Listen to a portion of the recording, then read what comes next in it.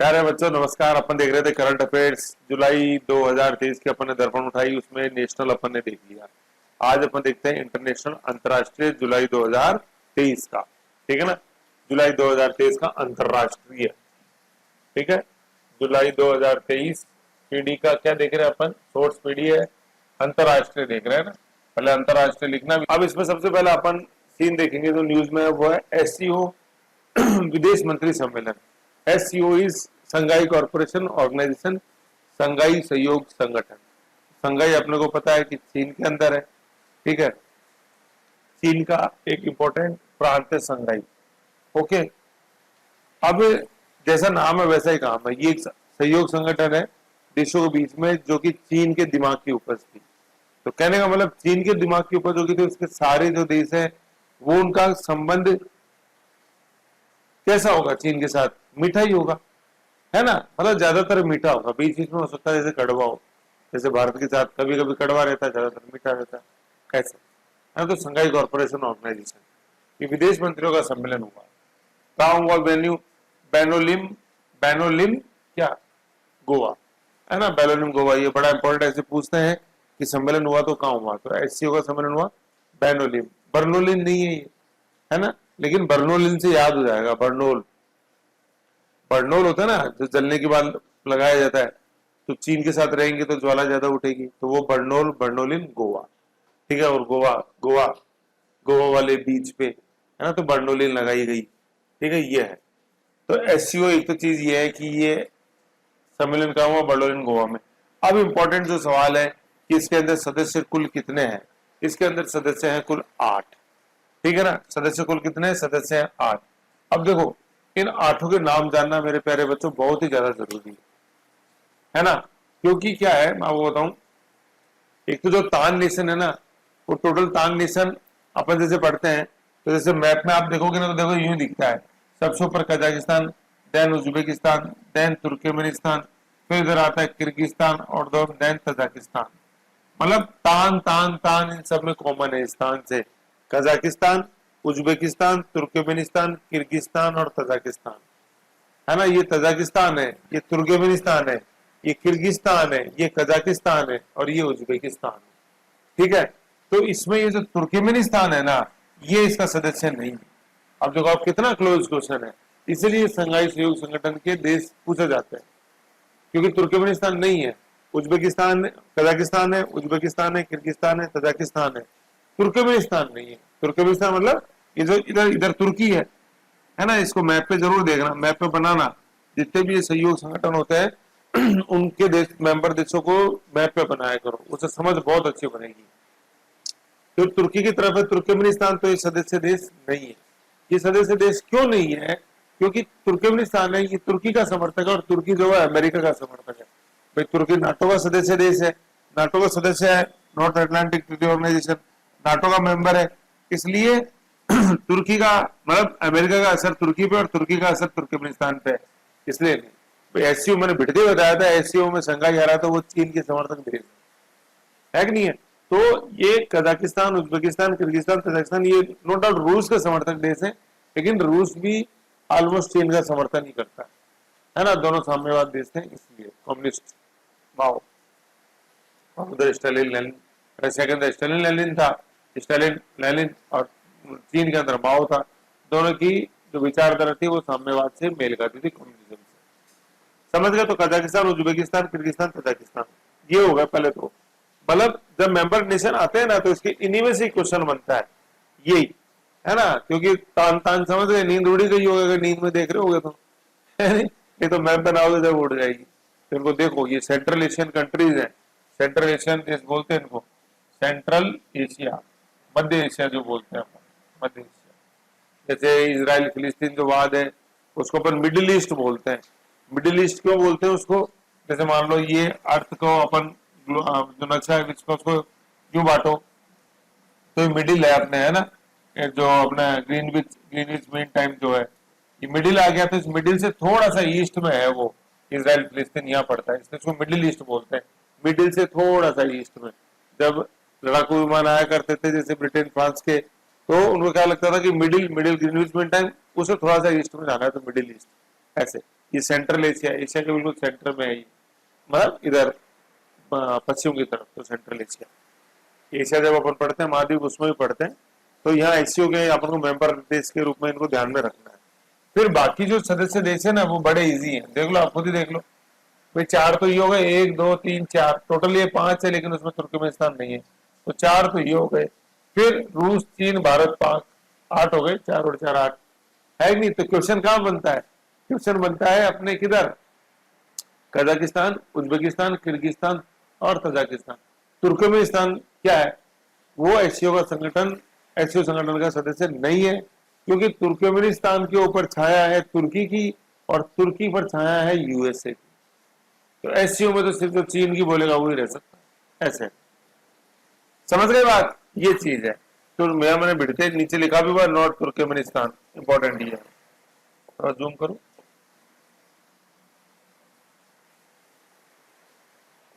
है, तो तुर्कमेनिस्तान इसके अंदर नहीं है, ठीक है। एक तो चीज ये है।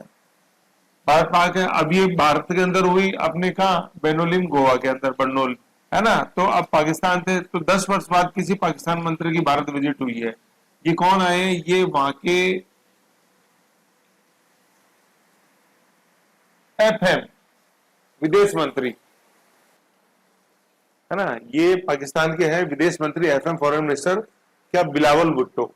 बिलावल भुट्टो जो कि बेटे हैं किसके? बेनजीर भुट्टो के, ठीक है। बेनजीर भुट्टो पाकिस्तान प्रधानमंत्री रही हैं और भारत से इनका काफी लगाव था। तो इनके बेटे बिलावल भुट्टो उसी लगाव के कारण भारत खिंचे आए, कब? संघाई सहयोग संगठन की बैठक में भाग लेने, जो कि गोवा में हुई थी। समझ गए? 10 वर्ष बाद किसी पाकिस्तान मंत्री की भारत यात्रा, बिलावल भुट्टो, बेनजीर भुट्टो के बेटे, ठीक है। तो ये था एससीओ। इसमें जो अपन को जाननी है सदस्य देश है 8, ठीक है। एससीओ का जो गठन हुआ था वो 2001 के अंदर हुआ था, और भारत और पाकिस्तान जो जुड़े हैं ना, ये 2015 में जुड़े थे। पहले भारत जुड़ा था, फिर भारत जुड़ गया, तो फिर पाकिस्तान भी जोड़ना था बैलेंस ऑफ पावर के लिए, ठीक है। 2001 के अंदर गठन हुआ, 2015 के अंदर भारत और पाकिस्तान, इंडिया एंड पाकिस्तान इसमें मेंबर बने। आज वर्तमान में इसके सदस्य देश जो है वो 8 है। समझ गए? तो ये था एससीओ गठन 2001, 2015 में भारत और पाक सदस्य देश है 8। कजाकिस्तान सबसे ऊपर, कजाकिस्तान है बीच में, then Uzbekistan, then Kyrgyzstan, Tajikistan, रूस, चीन, भारत, पाकिस्तान, ऐसे है। वर्तमान में इसकी विदेश मंत्रियों की बैठक हुई, देखो विदेश मंत्री, ठीक है ना। तो विदेश मंत्रियों की बैठक थी, तो विदेश मंत्री आ गए ना, ऐसे विदेश मंत्रियों की बैठक में विदेश मंत्री आएंगे। शिखर बैठक नहीं थी, शिखर बैठक जो वो होती है, तो उसके अंदर क्या होता है? उसके अंदर हेड ऑफ द स्टेट, जैसे अपने प्रधानमंत्री उसके अंदर जाते हैं, हेड ऑफ द गवर्नमेंट जैसे जाता है, हेड ऑफ द स्टेट तो राष्ट्र का प्रमुख राष्ट्रपति हो गया राष्ट्र का, और सरकार का प्रमुख जो होता है हेड ऑफ द गवर्नमेंट, वो उसके अंदर जाते हैं शिखर सम्मेलनों में। जैसे G7 का शिखर सम्मेलन हुआ अपने हिरोशिमा जापान में, तो वहां प्रधानमंत्री गए। ऐसे क्वाड का हुआ शिखर सम्मेलन, तो वहां प्रधानमंत्री गए। विदेश मंत्रियों का तो सीधी बात, विदेश मंत्री आएंगे, जिसको बुलाया वही तो जाएगा, ऐसे। समझ गए? तो ये था एससीओ का।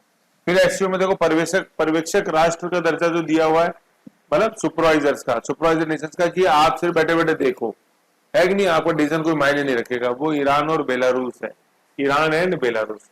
तो ईरान भी देखो अमेरिका का समर्थक देश नहीं है, तो जो दुश्मन का दुश्मन है वो अपना दोस्त है। चीन का दुश्मन अमेरिका, अमेरिका का दुश्मन ईरान, वो ईरान हो गया चीन का दोस्त।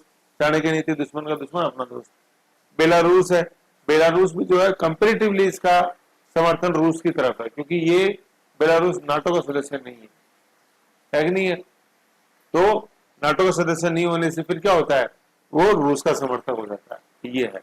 लेकिन अब इसको टेंशन सता रही है, तो देखेंगे समय में क्या होता है। जैसे फिनलैंड जो है अभी नाटो का सदस्य बन गया, जस्ट थोड़ा सा ही ऊपर है बेलारूस से, मतलब फिनलैंड, एस्टोनिया, लाटविया, लिथुआनिया, और फिर ये एल से बेलारूस, बेला एल, एल एल एक साथ चलते हैं, एस्टोनिया, लाटविया, लिथुनिया, और फिर ये बेलारूस, है ना। तो एस्टोनिया, लाटविया ने अपने नाटो सदस्य हैं। फिनलैंड अभी बनाई है, 31 हुआ 4/4/2023 के अंदर। तो अब बेलारूस अभी तक तो नहीं है नाटो का सदस्य, है ना, नाटो का सदस्य नहीं है, इसलिए इसका झुकाव रूस की तरफ है।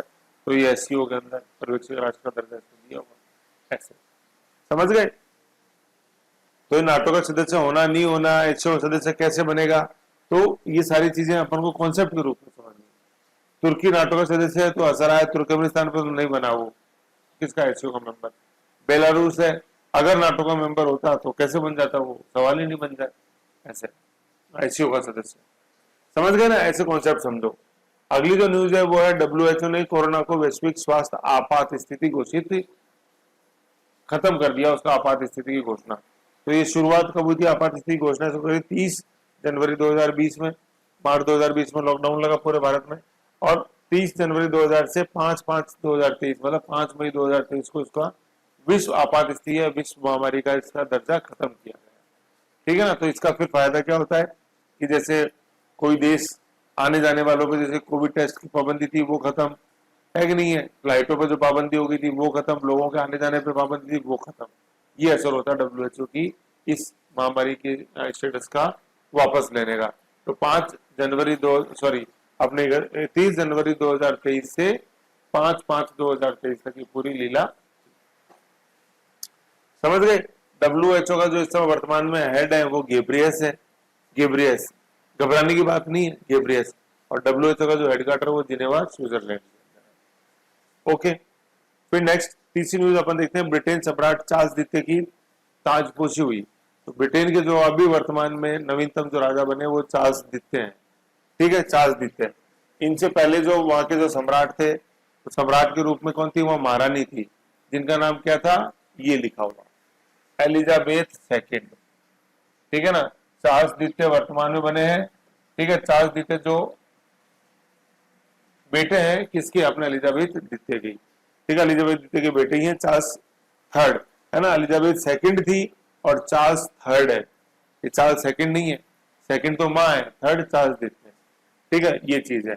ये सबसे उम्र दराज राजा है किसके, सम्राट बनने वाले ब्रिटेन के, 74 साल के।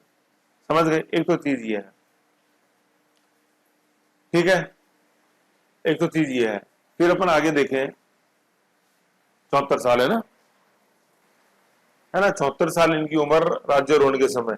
अब देखो एक अच्छा कॉन्सेप्ट मैं आपको बताता हूँ। इनकी जो मदर है, अब इससे पहले जो रानी थी एलिजाबेथ सेकंड, उनका टेन्योर था 1952 से 2022, है ना। लॉन्गेस्ट जिनका कार्यकाल रहा है रानी के रूप के अंदर, राजा रानी के रूप में, तो 1952 से 2022 तक रही। और 8 सितंबर 2022 को उन्हें निधन हो गया था, 8/9/22। ठीक है ना। तो 52 से आप 22 लगाओगे तो ये 70 ईयर्स आएंगे। तो 70 साल ये महारानी के रूप में नहीं, लॉन्गेस्ट टेन्योर किसका, एलिजाबेथ सेकंड का। एलिजाबेथ को ई से लिखते हैं अपन, ELIZABETH, एलिजाबेथ, है ना। तो इनका टेन्योर 70 ईयर्स का। तो बेटे के लिए ज्यादा गुंजाइश नहीं छोड़ी थी माँ ने, तो इसीलिए ये बूढ़े होते चले गए। और 74 ईयर्स के अंदर ये चार्ल्स द्वितीय जो है, थर्ड जो है, चार्ल्स थर्ड, वो ब्रिटेन के राजा बने। ऐसे अपन को याद रखना है। 1952 से 2022 तक माँ 70 ईयर्स, तो बेटा बूढ़ा होना ही था, सीधी सी बात है। तो बेटे में राजा बने। ठीक है, तो देखो ये अब और फिर चीज इसमें क्या लिखी हुई है, मैं थोड़ा जूम कर दूं।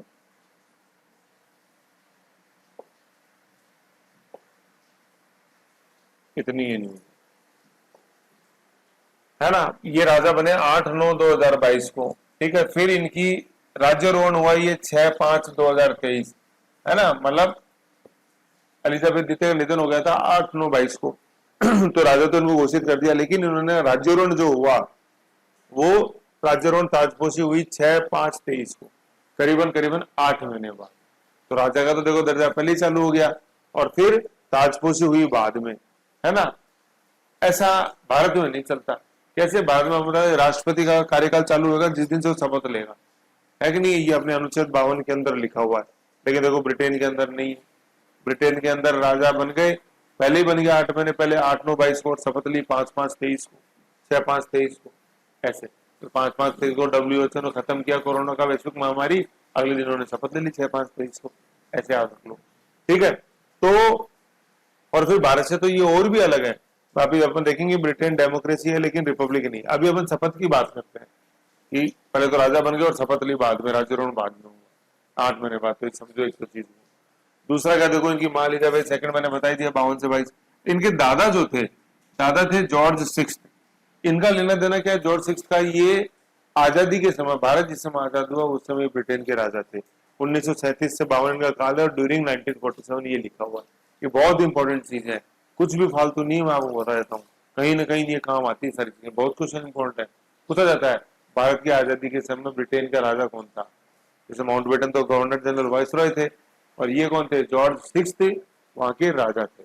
एडवर्ड सेवंथ इनसे पहले हैं, ठीक है, जिनके भाग लेने के लिए कोरोनेशन में कौन गए थे, अपने जयपुर के शासक, है कि नहीं है, जो गंगा जली लेके गए वहां, और वो शासक कौन, माधो सिंह दीप ऐसे। और वो प्रिंस ऑफ वेल्स अल्बर्ट, जिन्होंने अल्बर्ट हॉल की नींव रखी थी, वो राजा बने थे किससे, एडवर्ड सेवंथ नाम से। फिर अपन देखते हैं जॉर्ज सिक्स्थ है, वो देखो एडवर्ड सेवंथ है पहले वाले, वो एडवर्ड है सेवंथ, ये जॉर्ज है सिक्स्थ, ये फर्क है, ठीक है ना, 37 से 52 और आजादी के समय। फिर अपन एक देखो भेद देखते हैं कि ब्रिटेन जो है ना, ब्रिटेन में इक्वल टू डेमोक्रेसी, वहां लोकतंत्र है, लेकिन नॉट इक्वल टू रिपब्लिक, वो गणतंत्र नहीं है ना। ब्रिटेन जो है, ब्रिटेन वो डेमोक्रेसी है लेकिन रिपब्लिक नहीं है, मतलब लोकतांत्रिक देश है लेकिन गणतांत्रिक देश नहीं है, जबकि भारत डेमोक्रेटिक भी है रिपब्लिक भी है। डेमोक्रेटिक मतलब लोकतांत्रिक भी है भारत, और रिपब्लिक मतलब गणतंत्र भी है। अब इनमें फर्क क्या होता है, तो मैंने पॉलिटिक्स में बताया हुआ है। डेमोक्रेटिक का तो डेमोक्रेसी तो वहां होती है क्या, government of the people, by the people and for the people, ठीक है ना, सरकार जनता के लिए, जनता के द्वारा और जनता की भलाई के लिए काम करती है, वो तो डेमोक्रेसी। और रिपब्लिक क्या होता है, गणतंत्र, कि हेड ऑफ द स्टेट जो होता है वो इलेक्टेड होता है, ठीक है, चाहे वो डायरेक्ट या इनडायरेक्ट कैसे भी हो, लेकिन इलेक्टेड जब होता है तो वो रिपब्लिक होता है। और हेड ऑफ द स्टेट अगर वंशानुगत चल रहा है, पहले माँ थी फिर बेटा बन गया, तो वो बेटा बन गया, बेटी बन गई, कभी एलिजाबेथ बनी थी तो वो बेटी के रूप में बनी थी रानी, आज बेटे के रूप में चार्ल्स तृतीय जैसे बने। तो हेड ऑफ द स्टेट अगर इलेक्टेड नहीं है तो वो रिपब्लिक नहीं होगा। तो ब्रिटेन में अपन ने देखा head of the state elected नहीं होता है, तो वो क्या, रिपब्लिक नहीं है। जबकि भारत में हेड ऑफ द स्टेट राष्ट्रपति होता है, वो इलेक्टेड होता है। वो बात दूसरी कि वो इनडायरेक्टली इलेक्टेड होता है लोगों के द्वारा, डायरेक्ट इलेक्टेड नहीं। अपन भारत के जो लोग हैं वो डायरेक्ट इलेक्शन या डायरेक्ट वोट नहीं देते हैं राष्ट्रपति को। भारत में राष्ट्रपति को वो चुनते हैं जिनको लोगों ने चुना है ना, मतलब सांसद चुनते हैं ऐसे, ठीक है, ये है। तो पॉलिटिक्स में अपन ने सारा समझ रखा है, आर्टिकल 52 के अंदर अपन देख ही रखा है। तो रिपब्लिक की डेफिनेशन आपको पता होने की सबसे इंपॉर्टेंट बात ये है ना। सांसद के रूप में जो निर्वाचित सांसद होते हैं केवल वही भाग लेते हैं राष्ट्रपति, ठीक है, तो ये समझ गए अपन। लेकिन निर्वाचन तो होता है ना, तो भारत रिपब्लिक है, जबकि ब्रिटेन डेमोक्रेटिक है, रिपब्लिक नहीं।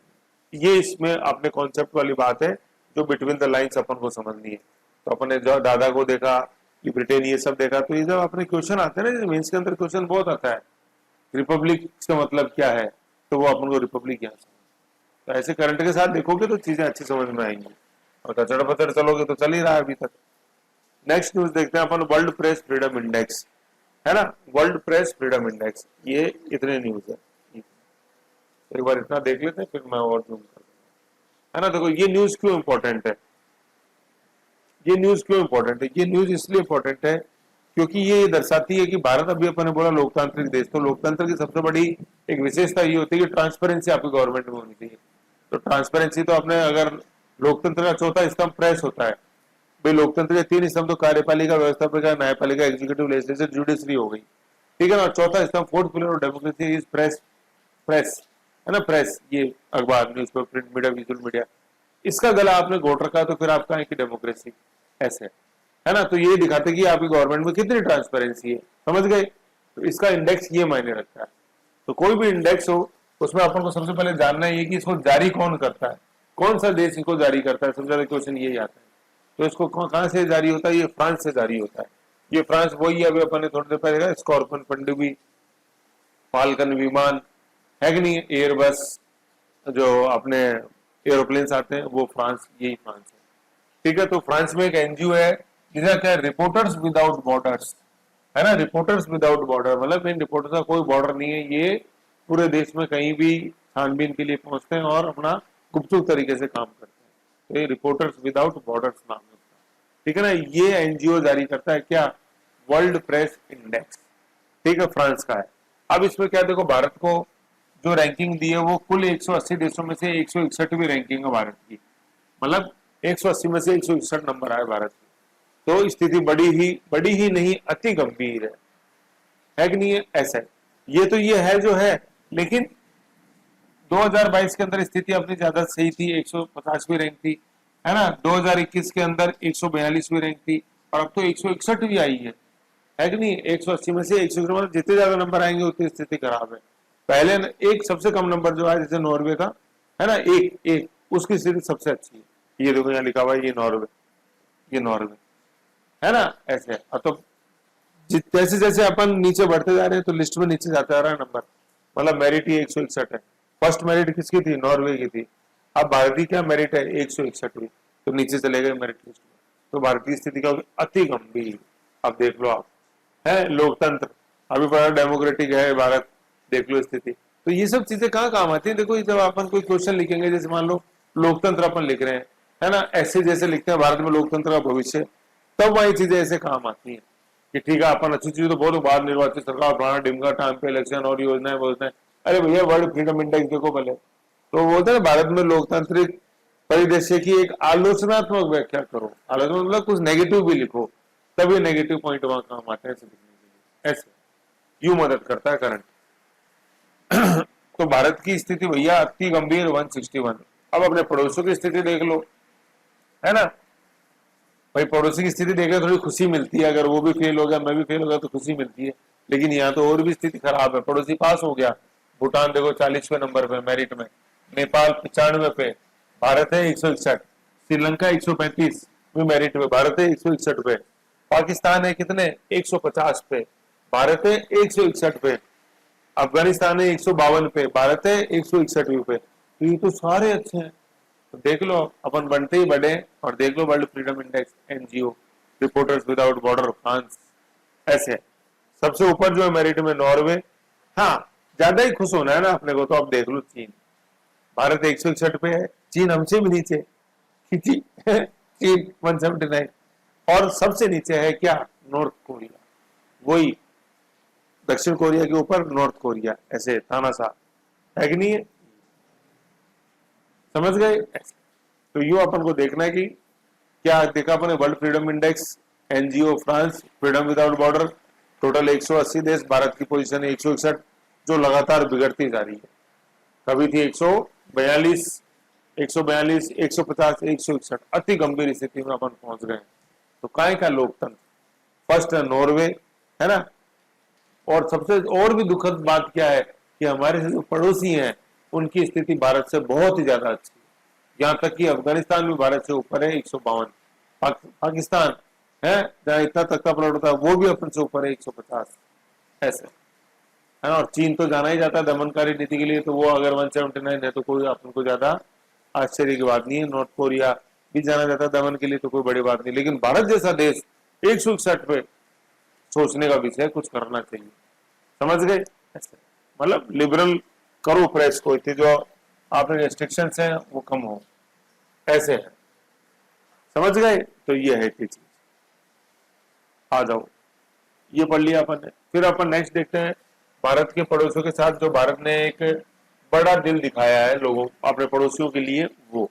और पड़ोसियों के लिए बड़ा दिल क्यों दिखाया? क्योंकि भारत का ये मानना है कि पड़ोसी प्रथम है, नेबर्स प्रथम, नेबरहुड फर्स्ट, पड़ोसी प्रथम। आज भी मान लो जैसे मैं बैठा हूं, मेरे कुछ होता है, मेरे घर में कुछ होता है, तो मैं सबसे पहले पड़ोसी को आवाज लगाऊंगा, अरे एक मल भैया आओ ना मदद करो, है नहीं? पड़ोसी प्रथम। तो इसी एक आइडियोलॉजी से प्रभावित होकर, पॉजिटिव रूप से प्रेरित होकर भारत ने शुरुआत करी नेबरहुड फर्स्ट की। और उसके तहत देखो मालदीव, मालदीव द्वीपीय राष्ट्र है और अरेबियन सी के अंदर ये है, ठीक है ना। अरेबियन सी में मालदीव है और बे ऑफ बंगाल के अंदर श्रीलंका है, ठीक है। तो मालदीव को तेज गश्ती जहाज दिया है, फास्ट पेट्रोलिंग व्हीकल, ठीक है, क्योंकि आइलैंड नेशन है तो समुद्री सुरक्षा इसके लिए मायने रखती, तो भारत ने दिया। इस नीति के तहत पड़ोसी फर्स्ट, नेबरहुड फर्स्ट, है ना। ये क्वेश्चन आता है ये, ठीक है ना। जैसे अपन अभी देखेंगे ये क्वेश्चन क्या आता है, जैसे भारत के पड़ोसियों के साथ संबंध। तो जैसे अपन पाकिस्तान के साथ टेंशन वाले, सबके साथ टेंशन वाले नहीं है। देखो मालदीव को तो हम सहायता कर रहे हैं, ऐसे पड़ोसी प्रथम के तहत, ऐसे। तो भारत का भैया बड़ा दिल है। फ्रीडम ऑफ प्रेस के अंदर नीचे जाए तो क्या है, फिर भी हमारा दिल बहुत बड़ा है, ठीक है, ऐसे। फिर क्या है ये भारत की किस पहल के तहत दिया गया है? सागर पहल के तहत दिया गया है, SAGAR। सागर क्या है? Security and growth for all in region. हम भी बढ़ो और तुम भी बढ़ो, security and growth for all in the region. तो भारत सबको ये बताता, पाकिस्तान को बोलता है तुम भी बढ़ो और हम भी बढ़े, मालदीव को तुम भी बढ़ो और हम भी बढ़े, लड़ाई में क्या रखा है पाकिस्तान, ऐसे। तो सागर क्या है? Security and growth for all in region. ये सब चीजें काम आती है मेंस में जब आंसर। और मालदीव के जो राष्ट्रपति है वो मोहम्मद सोली हैं, तो यहाँ से पहले तख्ता पलट हुआ था 1617 में, तो क्वेश्चन आए थे, राष्ट्रपति का नाम ध्यान रखो पड़ोसी देशों में। ठीक है, तो मालदीव में अपन ने क्या देखा, पड़ोसी प्रथम के तहत, पड़ोसी प्रथम का जो एक जीता जागता उदाहरण है जो अपने भारत की नीति का, पड़ोसी प्रथम का वो सागर है, SAGAR। हिंदी में सागर लिखोगे तो एब्रीविएशन नहीं बैठेगा, इंग्लिश में तो security and growth for all in the region. उसी से प्रभावित होकर अपने पड़ोसी प्रथम के तहत मालदीव की मदद करी, ऐसे तेज गश्ती जहाज, क्योंकि द्वीपीय राष्ट्र है मालदीव। फिर अगला वही देखते हैं अपन, पड़ोसी प्रथम security and growth for all SAGAR के तहत क्या किया अपन ने, भारत ने बांग्लादेश को 20 ब्रॉड गेज लोकोमोटिव, लोकोमोटिव होता है इंजन, ट्रेन के जो इंजन होते हैं वो 20 दिए बांग्लादेश को, है कि नहीं है ऐसे, क्योंकि भारत तो धीरे धीरे रेलवे के विद्युतीकरण की तरफ बढ़ रहा है, अब हमारे डीजल किसी काम के लिए तो नया करके बांग्लादेश को दे दिए ऐसे। ठीक है, तो अब देखो फिर इसके अलावा क्या, भारत ने 3 यात्री रेलगाड़ियां चला रखी हैं बांग्लादेश के लिए, कि जाओ कलकत्ता से ढाका बांग्लादेश जाओ और फिर वहां से इधर आना तो इधर चल जाओ, उधर जाना तो उधर चल जाओ, वीजा जरूर चाहिए होता है ऐसे है। तो 3 यात्री रेलगाड़ियां हैं, देखो ये बहुत इंपॉर्टेंट है, ठीक है ना, इनको अपन क्या याद रखेंगे, इसलिए MBM है, MBM, M से क्या है मैत्री, B से है बंधन, और लास्ट में M से है मिताली, मिताली राज क्रिकेटर, वही मिताली।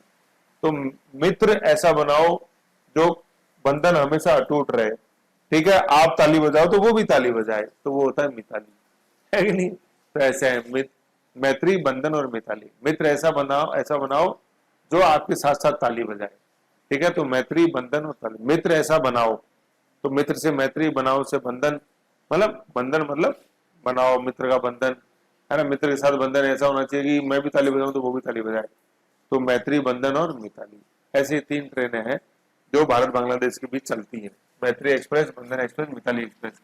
मैत्री जो है कलकत्ता से ढाका है, बंधन जो है कलकत्ता से खुलना है, खुलना ये बांग्लादेश के अंदर ही है अपने उत्तर पश्चिम में, और तीसरी अपने जलपाईगुड़ी नॉर्दर्न वेस्ट बंगाल के अंदर है, जो चिकिन कॉरिडोर जो है ना, चिकिन कॉरिडोर किसको बोलते हैं अपन, जैसे ये बांग्लादेश आपने वेस्ट बंगाल है, ये इधर बांग्लादेश आ गया, फिर ये आसाम आ गया, इधर ऊपर ये सिक्किम है, ये भूटान और ये अरुणाचल प्रदेश है ना, ये वेस्ट बंगाल है, ये बांग्लादेश है। तो ये जो एक सकड़ा जो गलियारा है इसको चिकिन कॉरिडोर बोलते हैं, मतलब चिकिन की गर्दन की तरह सकड़ा गलियारा जो उत्तर पूर्व को जोड़ता है मेन भारत के लैंड से, चिकिन कॉरिडोर यहाँ ऊपर है ये अपने खुलना। और यहाँ चिकिन कॉरिडोर में इधर वेस्ट बंगाल में जो अपन इधर देखते हैं, इधर चिकिन कॉरिडोर का जो हिस्सा वेस्ट बंगाल का है वो है अपने क्या, दार्जिलिंग, जलपाईगुड़ी दार्जिलिंग दोनों उधर ही है ना। तो जलपाईगुड़ी से ढाका चलती है कौन सी, अपने मिताली एक्सप्रेस। तो ये स्टेशन चाहे याद नहीं हो लेकिन ट्रेनों के नाम इंपॉर्टेंट है, मैत्री, बंधन और मिताली, भारत बांग्लादेश। तो ये वही है, पड़ोसी प्रथम, SAGAR, security and growth for all in the region. उन ब्रॉडगेज से हमने भी पाई है भैया, रेल से तरक्की करी है, हम तुमको भी दे रहे हैं, बांग्लादेश 20 इंजन दे दिए लोकोमोटिव, ऐसे समझ गए ये चीज। फिर अपन देखते हैं, नेक्स्ट देखते हैं अपने पड़ोसी पाकिस्तान में क्या चल रहा है, हालत थोड़े खराब है कि भूतपूर्व जो प्रधानमंत्री कौन, इमरान खान, उनके विरुद्ध भ्रष्टाचार के आरोप लगे। भूतपूर्व प्रधानमंत्री अपने पाकिस्तान के, उनके ऊपर भ्रष्टाचार के आरोप लगे, और वो आरोप क्या था कि इनकी ट्रस्ट है इमरान खान जिसमें सदस्य हैं, ट्रस्ट का नाम है अल कादिर ट्रस्ट।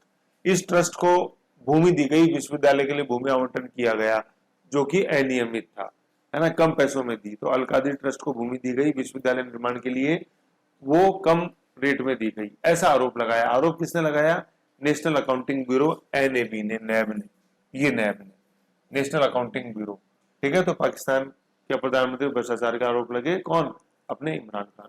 पाकिस्तान के अभी अपने विदेश मंत्री देखे थे कौन, बुलावल भुट्टो, बेंजुर भुट्टो के लड़के, जो कि SCO मीट में आए थे, तो ये यहाँ पे गिरफ्तार किया गया, है ना। XPM है इनकी पार्टी जो है इमरान खान की, वो PTI है। तो ये PTI क्या है, पाक तहरीक इंसाफ, तहरीक का मतलब होता है आवाज, तो पाक के अंदर जो इंसाफ की आवाज है वो हमारी पार्टी है, ऐसा इमरान खान का कहना है, पाक तहरीक इंसाफ। PTI जो है press trust of India, Bharat की एक न्यूज एजेंसी भी है ना, सबसे बड़ी जो भारत की न्यूज एजेंसी PTI है ना। लेकिन ये क्या है, ये तो पाक तहरीक इंसाफ है।